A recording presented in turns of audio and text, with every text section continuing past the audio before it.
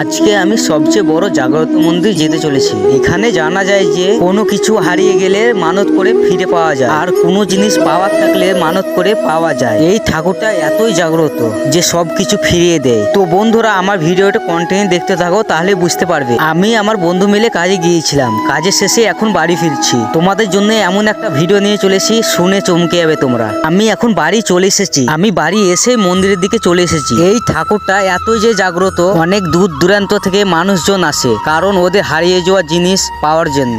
শোনা যায় যে এই ঠাকুরটার কাছে মানত করলে সবকিছু পাওয়া যায়। তোমরা যদি এসে থাকো, এই জায়গাটা কোথায় তোমরা ভালোভাবে জানবে। আর যদি না এসে থাকো, তাহলে তোমাদেরকে এই ভিডিওতে আমি বলতে চলেছি এই জায়গাটা কোথায়। তো বন্ধুরা, এই চ্যানেলটাকে সাবস্ক্রাইব করে রাখো, কারণ ভিডিওটা যেন মিস না হয়ে যায়। তো আমি এখন বলতে চলেছি এই জায়গাটা কোথায়। তো এই মায়ের জাগ্রত মন্দিরটা হচ্ছে নলাটি পশ্চিম। যে জায়গাটা মন্দিরটা হচ্ছে, সেই গ্রামের নাম হচ্ছে ভবানন্দপুর মন্দির। এই মায়ের কাছে কোনো জিনিস হারিয়ে গেলে